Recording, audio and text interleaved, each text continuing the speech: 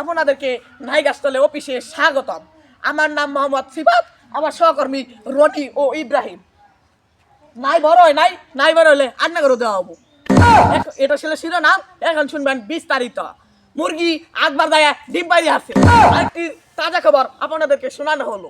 আব্দুল গুয়াতুল তুল কুদাল দিয়ে কাটলো পাশা, তেল পরে কুয়া কুয়া, সেই তেলে ভাজি পিঠা, আব্দুল খেয়ে ভারী মিঠা তো।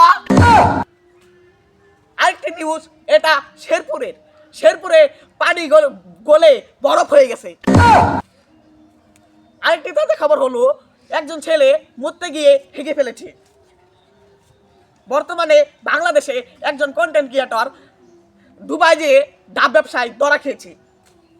এখন আন্তর্জাতিক খবর শোনানো হলো, একজন ছেলে দুবাই যেয়ে ডাব ব্যবসায় ধরা খাওয়ার পরে এখন একজন ওমর নামে একটা ছেলেকে সে রোস্ট করছে।